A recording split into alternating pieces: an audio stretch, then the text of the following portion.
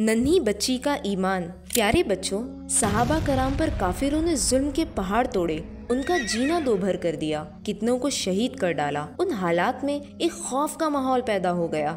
ईमान वाले बड़ी आजमाइश से दो चार थे। प्यारे नबी सल्लल्लाहु अलैहि वसल्लम ने हक पर डटे रहने और कुर्बानी देने का जज्बा पैदा करने के लिए एक सच्ची कहानी सुनाई। उस कहानी का मुख्तसर तज़किरा कुरान मजीद के 30वें पारे की सूरह बुरूज में आया है, अस्हाबुल उखदूद के नाम से। उखदूद के मानी खंदक के होते हैं। अहले ईमान को खंदक खोदकर जला दिया गया था। अब प्यारे नबी सल्लल्लाहु अलैहि वसल्लम की जुबानी पूरा किस्सा सुनिए। नबी सल्लल्लाहु अलैहि वसल्लम ने फरमाया, एक था बादशाह, हमारा तुम्हारा खुदा बादशाह। उस बादशाह की हुकूमत में एक नजूमी रहता था जो सितारों की चाल देखकर आने वाले हालात बतलाता था। वो बहुत बूढ़ा हो गया था। उसने बादशाह से कहा, आप मुझे एक नौजवान दीजिए ताकि मैं उसे अपना इल्म सिखा दूं। बादशाह ने एक अक्लमंद और ज़हीन लड़का उसे दे दिया और नजूमी उसे इल्म सिखाने लगा। लड़का जिस रास्ते से अपने उस्ताद के पास जाता था, उसी रास्ते में एक अल्लाह वाले पादरी का घर था। लड़का नजूमी के पास आते जाते उस पादरी के पास ठहर जाता और दीन की बातें सीखता।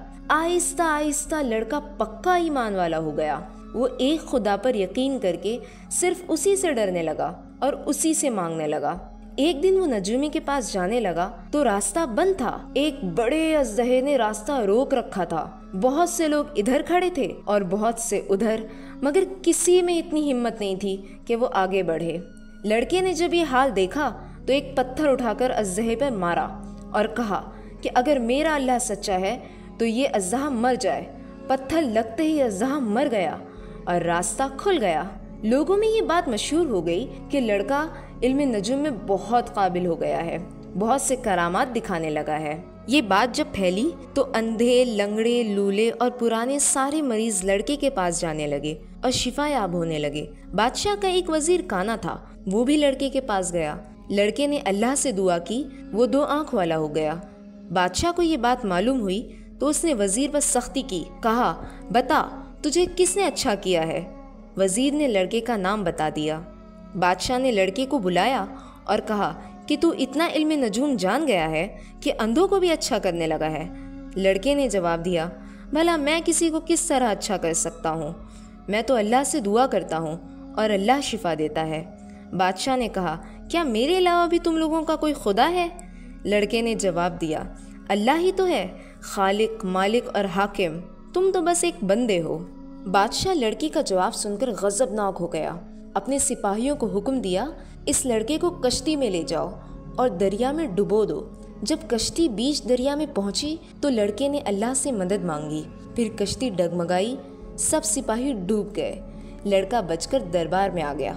बादशाह ने फिर सिपाहियों को हुक्म दिया कि जाओ, लड़के को पहाड़ पर लेकर जाओ और गिराकर मार डालो। जब पहाड़ की चोटी पर पहुंचे तो लड़के ने अल्लाह से मदद तलब की। पहाड़ हिलने लगा, सब सिपाही गिरकर मर गए। लड़का बचकर दोबारा दरबार में पहुंच गया। अब बादशाह झिंझला गया और बोला, ए लड़के, बता तू किस तरह मरेगा? लड़के ने जवाब दिया, एक बड़े मैदान में सब लोगों को जमा करो, खजूर के दरख्त पर मुझे लटका दो और तुम मुझ पर यह कहकर तीर चलाओ कि अगर इस लड़के का खुदा सच्चा है तो ये लड़का मर जाए। बादशाह ने वैसे ही किया। तीर लगते ही लड़का मर गया।